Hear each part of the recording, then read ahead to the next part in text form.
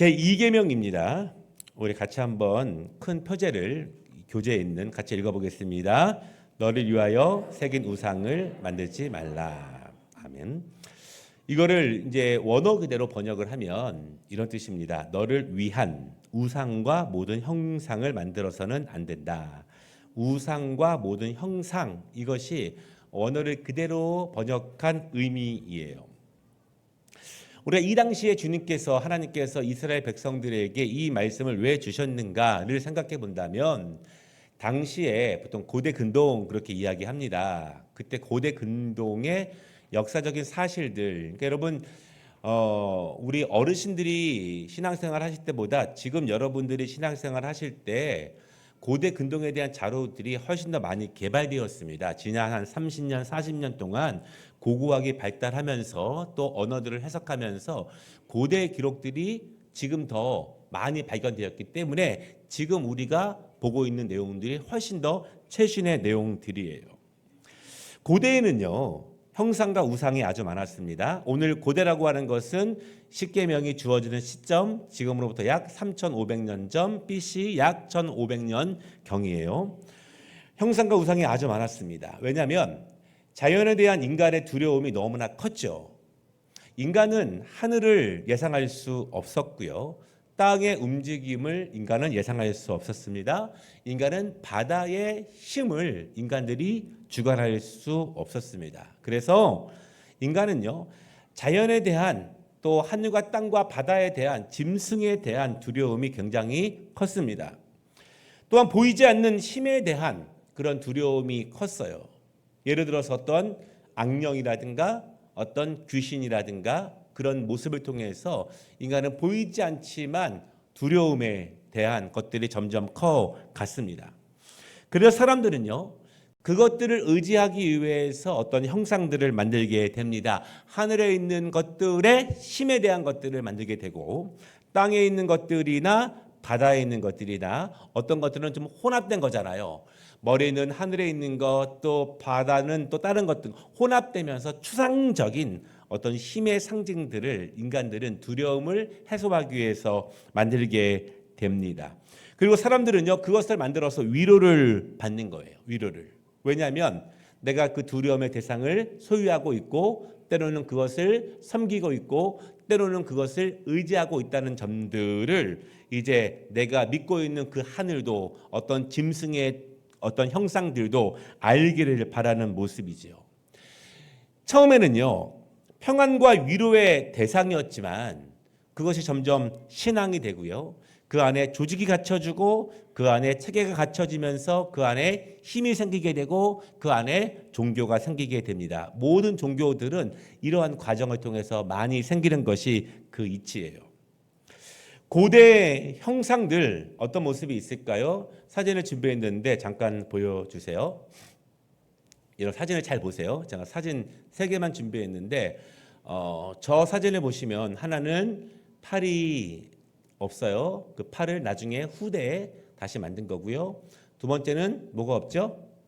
네, 코가 없습니다. 또 하나 더 보여주세요. 네, 저 유명한 거죠? 뭐가 없죠? 네, 코가 없어요. 물론 바람의 풍화작용으로 사라진 것들도 있지만 사라진 것도 분명히 있습니다. 이 3,500년 전 그 이전의 사람들은요, 이렇게 두려움을 극복하기 위해서 어떤 형상들을 만들어낼 때 그저 그 작은 형상, 어떠한 위로를 바라 있는 것, 어떤 생명력이 없는 것, 그것을 만든 것이 아니라 고대 사람들은요, 그 형상을 만들 때, 그 형상을 만들게 되면 그 형상 안에 본질이 그 안에 들어있다고 믿는 거예요. 여러분, 그런 마음들이 인간은 모두에게 있습니다. 제가 예를 들어 볼게요. 여러분, 우리가 이 어린아이들이 만화 영화를 보잖아요. 만화 영화. 그렇죠? 그럼 그 영화가 본질입니까? 본질 아니에요. 이미지예요, 이미지. 그렇지만 아이들은 그 이미지 안에 본질이 있다고 믿잖아요. 그렇죠? 우리가 어렸을 때 파워레인저를 보게 되면 우리 어른들이야 그것을 어떤 이미지고 드라마라는 걸 알지만 아이들은 그것이 본질이라고, 본체라고 이렇게 믿게 되는 거예요. 그래서 이 고대 근동에서 인간들이 가지고 있었던 것들은요, 그 우상이고 그것이 돌로 만들어졌고 나무로 만들어져 있지만 그것이 그 신의 본체라고 사람들은 믿게 돼요. 이것이 우스워 보이지만 여러분, 이것이 신앙으로 굳어지면은 굉장히 모든 사람들에게 다 이해가 되는 것입니다.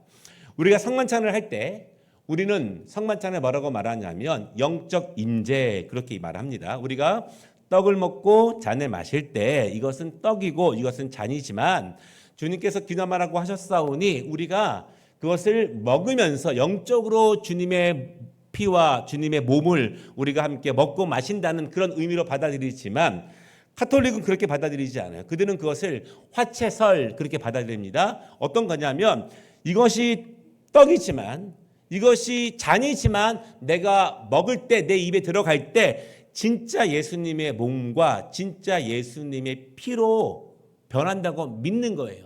믿어지는 것입니다.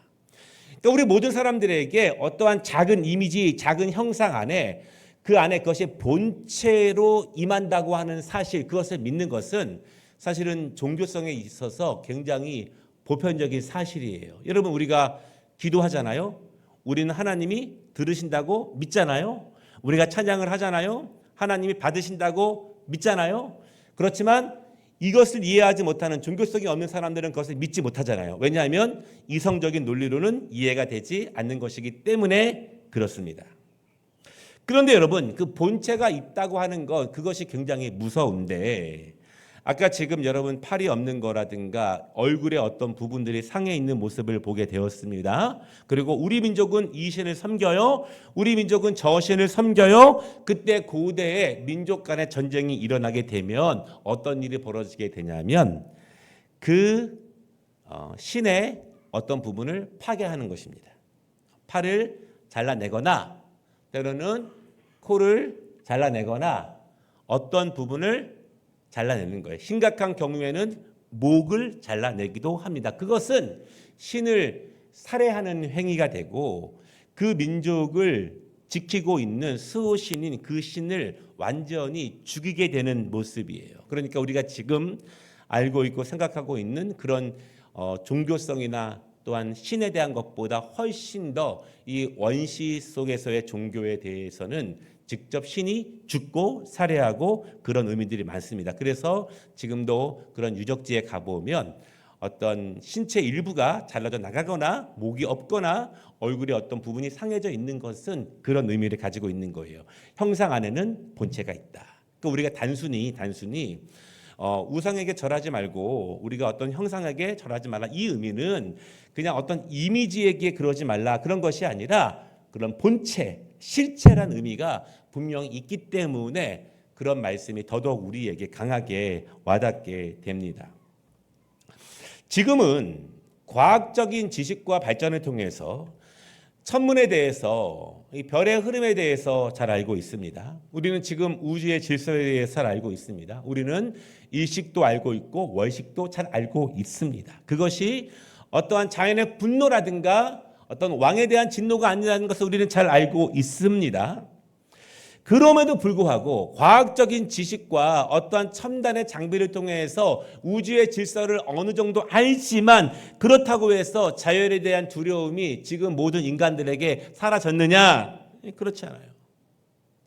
아무리 자연이 발전해도 과학이 발전해도 이런 자연의 섭리를 인간이 다 따라가지 못해요. 그 미세한 것, 그 작은 것들 때문에, 눈에 보이지 않는 것들 때문에 한 사람이 죽게 되고 수많은 사람들이 전염되게 되고 이 자연이 이렇게 위태롭게 되는 모습들, 4,000년, 3,000년 전, 지금도 우리가 이렇게 자연의 신비 앞에 두려움을 가지고 있는데 4,000년, 3,000년 전의 사람들은 자연 앞에 얼마나 큰 두려움이 있었을까요? 한 번 전염병이 돌면, 한 번 질병이 돌면 지금이야 작은 약으로 다 해결될 수도 있지만 그들에게는 얼마나 큰 두려움이 되었을까? 그래서 얼마나 많은 형상들과 얼마나 많은 우상들이 존재했을까? 이것입니다. 우상을 만들지 말라 이렇게 말씀하고 있는데요. 그 우상은 히브리어로 페셀 이런 단어인데요. 잘라서 모양을 만들다, 이런 말씀입니다. 잘라서 모양을 만들다. 우리 출애굽기 34장 1절 말씀 같이 한번 읽어보겠습니다. 여호와께서 모세에게 이르시되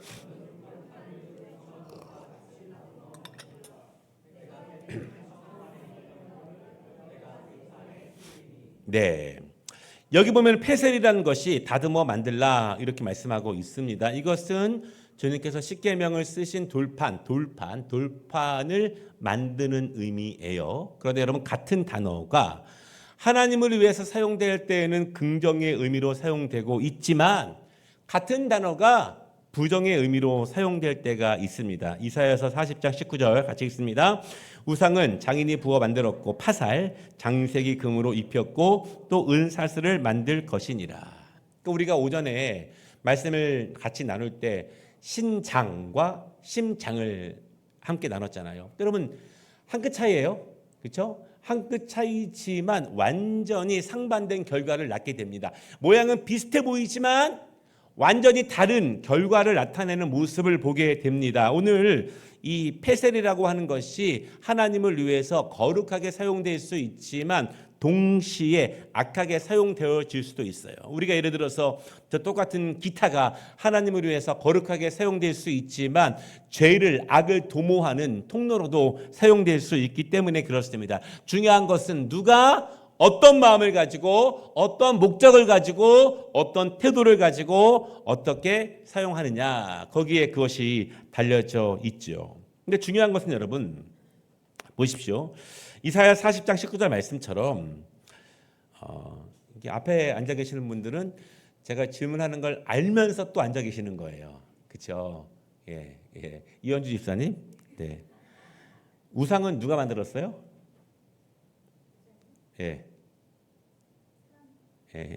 사람이 자신 있게 말씀하시면 돼요. 우상은 장인이 만들었죠, 그렇죠? 그러면 결국 모든 형상과 모양은 누가 만들어요? 사람이 만듭니다. 우리는 여기 다시 한번 생각해 볼 수 있는 것은 유한한 사람이 만드는 우상, 그렇죠? 유한한 사람이 만들어낸 우상이 과연 능력이 있을까 이것입니다. 그러면 반대로 이야기해서 이 세상에 존재했던 모든 형상들과 우상들 가운데 유한한 사람이 만들지 않은 것들이 존재할 수 있을까? 이것입니다. 존재할 수 없죠. 그러니까 우리는 여기서 그 당시에 수없이 많았던 고대 근동의 우상과 형상들에 대해서 하나님께서 하시는 말씀을 보게 됩니다. 두려움에 떠는 너희들, 자연에 대해서 너희의 생명에 대해서 두려움을 떨고 있는 너희들이 과연 만들어낸 그것들이 과연 너희를 살릴 수 있느냐 이것입니다. 유한한 인간들이 만들어내는 것들이 영원할 수 있느냐 이것이에요.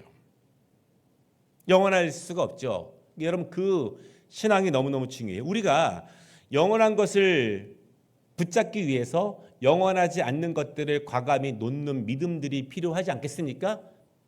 왜냐하면 유한한 우리가 추구하고 만들어내는 것들은 당연히 영원하지 않아요. 다 사라지게 됩니다. 그렇기 때문에 우리가 그 영원과 영원하지 않은 것에 대한 분명한 인식과 이해가 우리의 머릿속뿐만 아니라 우리의 삶을 통해서 나타날 수 있도록 우리가 함께 나아가는 것이 너무너무 중요해요. 그래서 여러분 그것이 인간에게 평안과 위로를 위한 모든 형상의 제작을 하나님은 금지시키시는 거예요. 인간이 섬기기 위해서 제작되는 그 우상들과 형상들, 그 제작의 원천 자체를 하나님은 금지시키는 것입니다. 그동안 만연되어져 있었고 그리고 모든 민족들이 그렇게 하기 위한 두려움을 극복하기 위해서 그들의 마음의 평안을 위해서 그들이 만들어내는 피조의 모든 것들에 대해서 하나님은 금지시키신다. 그러면 하나님이 말씀하시는 인간의 평안은 어디서 찾을 수 있습니까?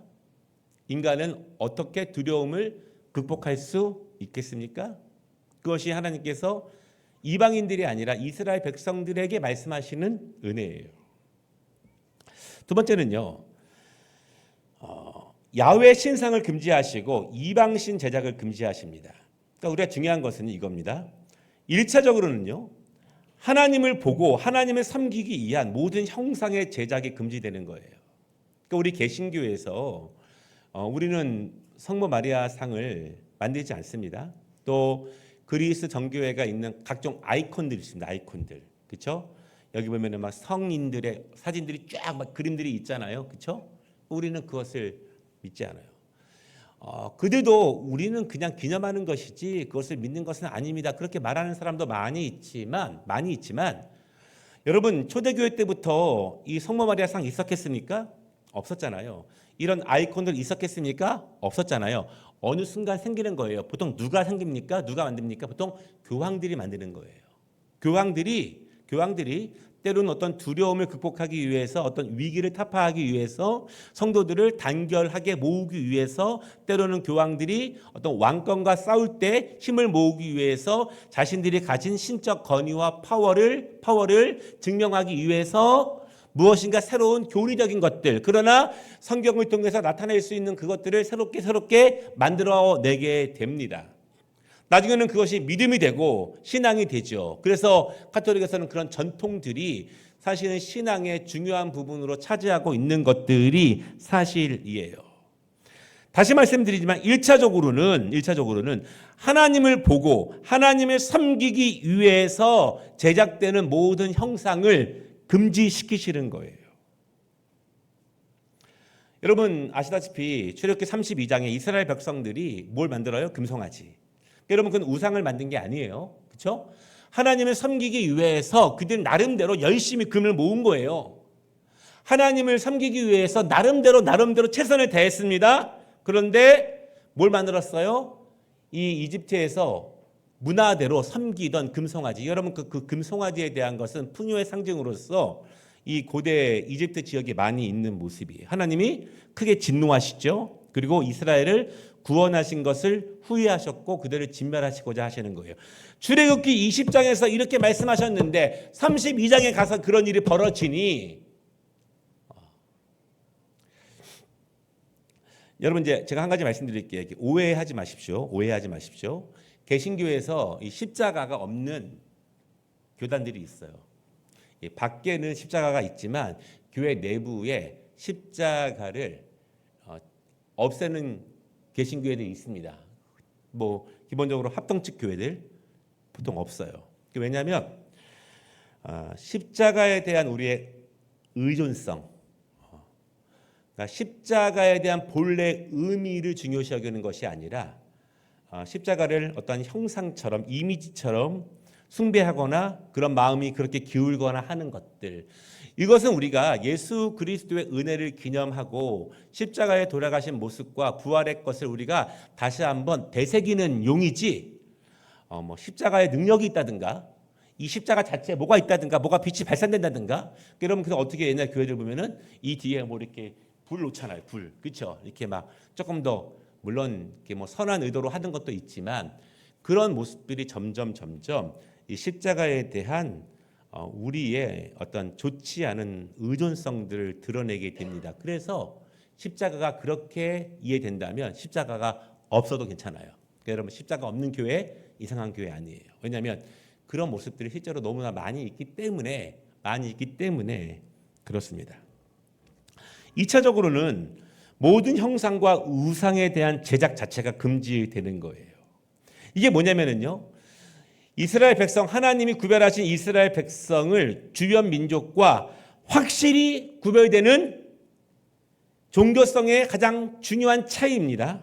다시 말씀드려서 종교성에 대해서는, 신앙에 대해서는 하나님께서 지금부터 애굽에서 건지셔서 오늘 시내 광야에 머물게 하시고 거기서 9개월 동안 훈련시키시는 과정 가운데 이스라엘 백성들이 주변의 모든 민족들과 조금만 구별되는 것이 아니라 완전히 구별될 수 있도록 주신 말씀이 바로 이 이계명입니다. 너희의 두려움의 대상이 무엇인가? 너희는 그 두려움을 어떻게 극복하려고 하는가? 너희는 마음의 평안을 무엇을 통해서 얻으려고 하는가? 그 인간의 가장 내면에 있는 평안에 대한 욕구와 두려움에 대한 욕구를 가장 근본적으로 해결하는 것이 이방 민족과 완전히 다르다는 것을 이스라엘 백성들에게 말씀하고 있는 것입니다. 조금 다른 게 아니라 완전히 다른 거. 참고로 고대 근동의 대표적인 신상들이 있는데 현재까지 남아있는 것들인데요. 투승달 형태의 달신인 신, 8개의 뿔을 가진 형태의 사랑의 여신 이시타르, 태양 형태의 정의의 신 샤마시. 제가 영어를 써드린 이유는 혹시 구글에서 찾아보시면 찾을 수 있기 때문에 그래요. 물고기와 야생 염소 형태의 양 형태의 신 엔키, 날개 달린 사자의 형태의 지하의 신 네르갈, 독수리 형태의 백병전의 신 자바다, 용 형태의 가장 중요한 신 마르둑, 황소 형태의 아다, 정갈 형태의 이시타르타. 뭡니까? 전부 다 자연에 있는, 하늘과 땅에 있는, 바다에 있는 형상들이지요.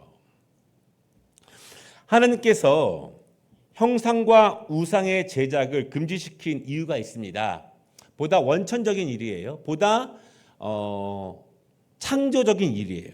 첫째로 하나님이 만드신 모든 피조물에 대한 형상을 금지합니다. 다시 말씀드리면 피조물은 신이 될 수 없다는 거예요. 그러니까 피조물은 신이 아니다. 그 사상을 인간들에게 분명하게 알려주시는 것입니다. 여러분, 피조물은 신이 아닙니다. 여러분, 이게 왜 중요하냐면 사람은 신이 될 수 없어요. 예수 그리스도를 제외한 모든 사람은 신이 될 수 없습니다. 피조물은 신이 될 수 없어요. 예수 그리스도를 제외한 남자건 여자건 한국 사람이건 미국 사람이건 피조물들은 신이 될 수 없어요. 이것은 지금도 동일하게 우리가 분명히 믿어야 할 대상이에요. 두 번째는요. 인간의 손에 의해 만들어진 하나님의 이미지는 금지되는 거예요. 이미지는 금지됩니다. 유한한 인간이 만들어내는 것들이 영원할 수 있을까? 유한한 인간들이 자신의 내적, 외적 두려움을 극복하기 위해서 만들어내는 것이 과연 인간을 강하게 할 수 있는가, 평안하게 할 수 있는가? 그 근본적인 문제 아니겠습니까? 세 번째는요, 신인 동형 동성론적인 표현인데요. 아까 말씀드린 이미지, 하나님에 대한 신에 대한 어떤 이미지를 만들어내는 것입니다. 중요한 것은 인간은 하나님을 구현해낼 수 없어요. 그렇죠? 그러니까 보통 하나님을 구현해내고자 하는 시도들이 굉장히 많이 있었습니다. 그리고 또한 어떤 절대적인 신에 대한 인간의 구현적인 노력이 굉장히 많이 있었습니다. 뭐 바알신, 아세라신 다 그런 거 아니겠습니까? 추상적이잖아요. 풍요는 추상적인 것이죠. 비는 눈에 보이지만 우리의 어떤 자연에 있는 모습은 아니에요. 추상적인 이미지를 창조해냅니다. 그것에 대한 바람에 대한 신들을 또 만들어내고 보이지 않는 영적 존재에 대한 이미지를 새롭게 복합적으로 만들어내게 됩니다. 근데 여러분, 예를 들어서 왜 금송아지가 하나님께 죄가 되고 왜 그것이 하나님의 진노를 낳게 되느냐? 만약 인간이 신을 만들었다면 그것이 신이라면 그 신은 인간에 의해서 조정되는 거예요. 그러니까 인간이 신을 만들 수 있다, 이것이 됩니다. 단순하게 제가 지금 이 컵을 만드는 게 아니잖아요. 고대 근동에는 제가 이 컵을 만들면 이 안에 뭐가 있다고 믿었어요? 본체가 있다, 실체가 있다고 믿었기 때문에 그런 것이죠. 이것은 야훼 하나님, 여호와 하나님의 독립성과 창조성을 우리가 인간들이 침해하는 거예요. 교만하게.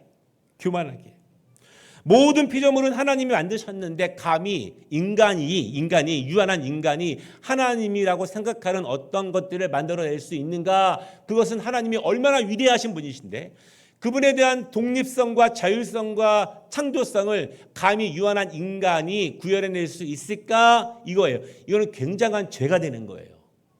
굉장한 죄가 되는 것입니다. 그 다음에 우리가 그렇게 구현해낼 수 있다면 인간의 상상 안에 존재하는 신이라면, 그렇죠? 하나님이 어떤 형상으로 구현이 된다면 인간이 하나님을 규정하게 됩니다. 규정하게 돼요. 그리고 하나님은 그 형상적 이미지에 고착되게 됩니다. 하나님은 인간의 상상 안에 존재할 수 있는 분이 아니라는 거예요. 그래서 하나님께서는요, 우리가 이제 이 시내산 광야에서 우리 모습 배웠잖아요.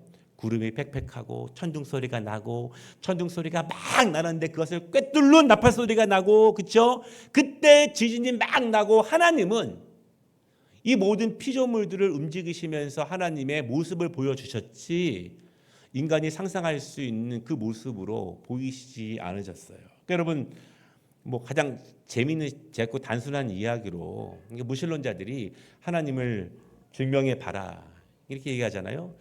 증명되면 신이겠습니까? 증명되면 신이 아니에요. 내가 이해되면 신이겠습니까? 이해되면 신이 아니에요. 그렇죠? 하나님 우리에게 우리의 구원을 위해서 보여주신 만큼, 충분한 그만큼 우리가 볼 수 있는 것이지, 그걸 가지고 하나님을 규정하거나 하는 것들, 그러니까 여러분, 우리가 하나님의 뜻입니다라고 말하는 것들은 물론 일부지만 그 전체가 아닌 거예요. 전체가 아닌 거예요.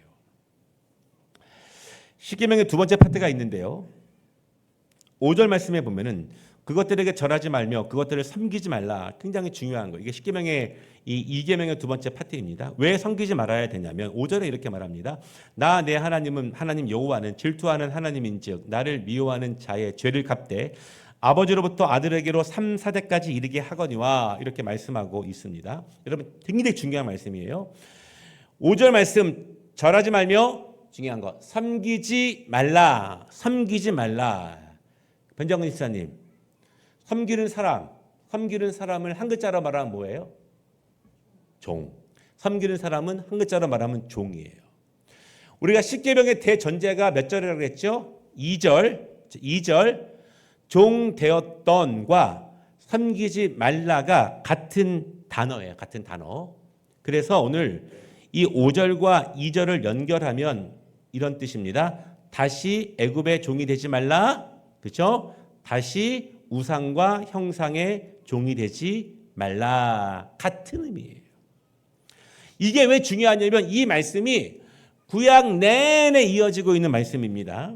2절 말씀 다시 말씀드릴게요. 나는 너를 애굽 땅 종되었던 집에서 인도하여 낸 내 하나님 여호와니라. 종은 섬기는 자예요. 그렇다면 다시 우상을 섬기는 자, 우상의 종이 된다는 것은, 다시 종이 된다는 것은 하나님의 2절에 있는 구원 사건을 거부하는 것입니다. 뿐만 아니라 건지신 하나님, 앞으로 그들을 약속의 땅으로 인도하실 하나님의 손길을 강력하게 거부하는 행위예요. 우리는 하나님의 자녀인데 다시 그 우상의 종이 되는 것입니다. 이게 왜 중요하냐면 여러분, 이스라엘의 그 사이클, 우리는 사사기의 사이클이라고 말을 합니다. 그 사사기의 사이클이 모든 믿는 자들의 이 사이클이 되는데요. 이 사사기서는 이스라엘 백성들의 오래된 나쁜 영적 습관의 사이클이에요. 그러니까 우리가 이 현대 우리가 신앙생활할 때 우리도 그런 사이클이 있어요. 가정에 흐르는 사이클들이 있습니다. 개인에게 흐르는 사이클들이 있어요. 거기서 탈피되는 게 중요해요. 부단한 노력이 필요하겠죠. 왜냐하면 여러분, 원심력처럼 막 똑같이 돌고 있는데 이 도는 힘보다 탈출하는 힘이 더 세야 탈출될 수 있어요. 그러나 이 도는 힘을 극복하지 못하면 내내 돌아버리는 거예요. 이 안에서 계속. 그래서 우리가 내 체질 안에, 우리의 가정 안에, 교회 안에 흐르고 있는 그 돌고 있는 그 악한 습성의 사이클에서 정말 깨어나고 회개하고 정말 결단하고 그 돌아가는 힘보다 더 힘차게 벗어나지 않으면 계속 여기서 내내 돌게 되는 거예요. 오늘은 해가 뜨지만 내일은 비가 오게 되고, 오늘은 좋아 보이지만 내일은 또 그렇게 되는 모습이에요. 보겠습니다. 사사기 3장 7절 같이 읽습니다. 이스라엘 자손이 여호와의 목전에 악을 행하여 자기들의 하나님 여호와를 잊어버리고 바알들과 아세라를 섬긴지라. 뭘 섬겨요? 바알들과 아세라를 섬긴지라. 섬긴다는 건 뭐라겠죠? 종입니다. 종. 그렇죠? 이스라엘 백성들이 언제 섬긴다 그랬죠? 강한 적군이 쳐들어오거나 그들이 경제적으로 어려워졌을 때, 스스로의 힘으로 안 될 때.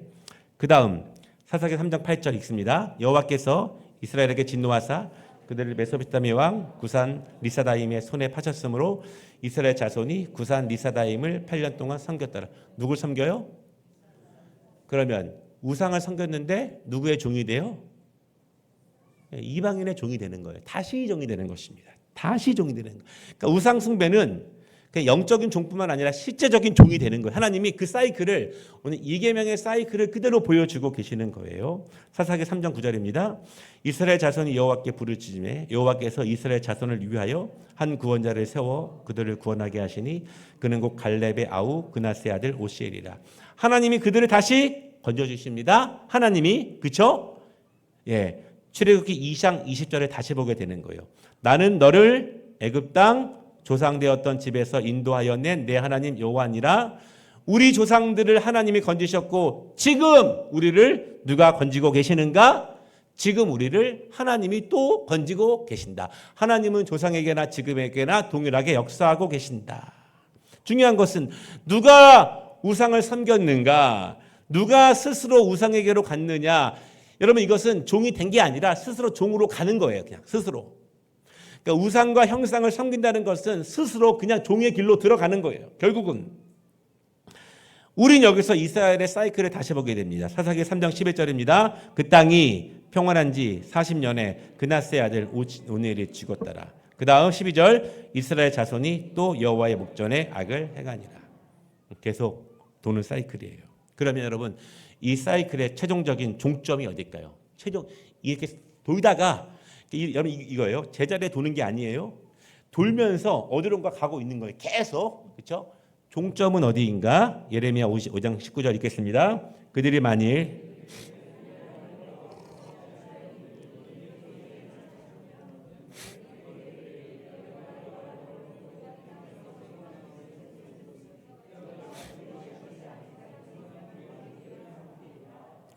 이방 신들을 섬겼은즉 누구를 섬기게 돼요? 이방인을 섬기리라. 애굽에서 나와서 이스라엘 백성들 어디로 갔어요? 바벨론으로 간 거예요. 애굽에서 나와서 다시 바벨론으로 돌면서 갔습니다.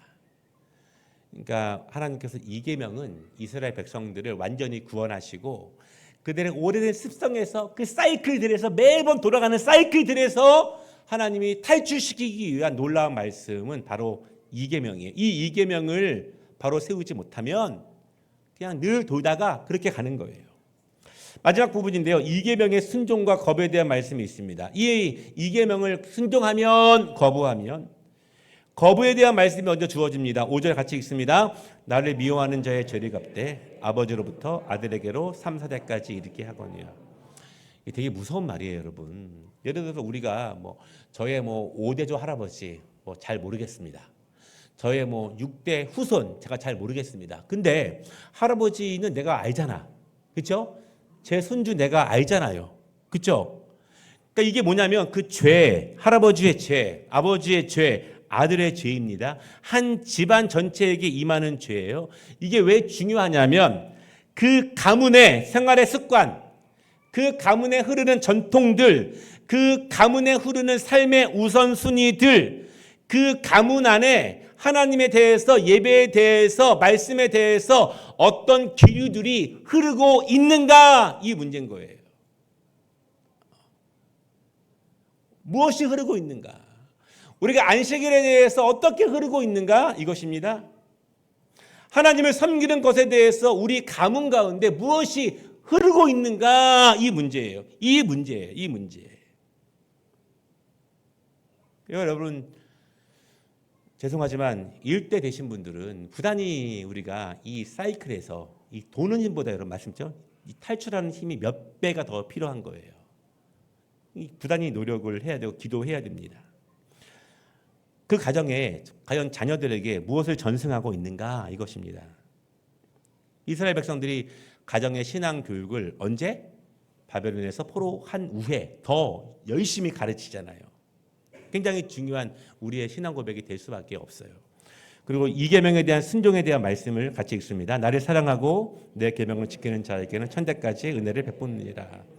천대는요, 이 가정과 가문과 부족과 민족을 넘어서 이 전체의 공동체를 의미하는 거예요. 공동체. 결국 사사기의 이스라엘의 실패는요, 개인의 실패와 가정의 실패와 공동체의 실패잖아요. 그렇죠? 민족 전체의 실패예요. 너나 할 것 없습니다. 그런 것들이 천대까지의 그런 의미일 수 있습니다. 결론입니다. 일계명에 대한 우리의 적용. 우리는 누구를 진심으로 섬기고 있는가? 피조물을 섬기면 유한한 것을 섬기는 것입니다. 그것이 여러분 물질이든 그것이 무엇이든, 그러니까 우리가 뭐 섬긴다라고 하는 것이 뭐 내가 깊게 몰두되어 있다. 이것이 우리가 일계명과 연관지어 보면 뭐냐면 우리가 하나님의 얼굴 앞에 서 있다 그랬죠. 하나님의 얼굴 앞에 하나님과 나의 얼굴이 마주 봐야 하는데 그 사이에 끼어 있는 모든 것들은 우상이 되고 형상이 되는 것들입니다. 우상을 섬기면 다시 종이 됩니다. 우리 가문 전체에 어떤 흐름이 흘러가고 있는지, 우리는 두려워서 평안을 구하면서 위로를 구하면서 무엇인가를 의지하려고 하지만 하나님이 말씀하시는 것은 진정한 평안이, 진정한 위로가 어디서 오느냐를 이스라엘 백성들에게 분명히 알려주시는 말씀이에요. 이 계명을 우리가 다시 한번 깊게 받아들이고 그것을 잘 순종하는 3, 4대의 은혜를 함께 누리시기를 주님의 이름으로 축복합니다.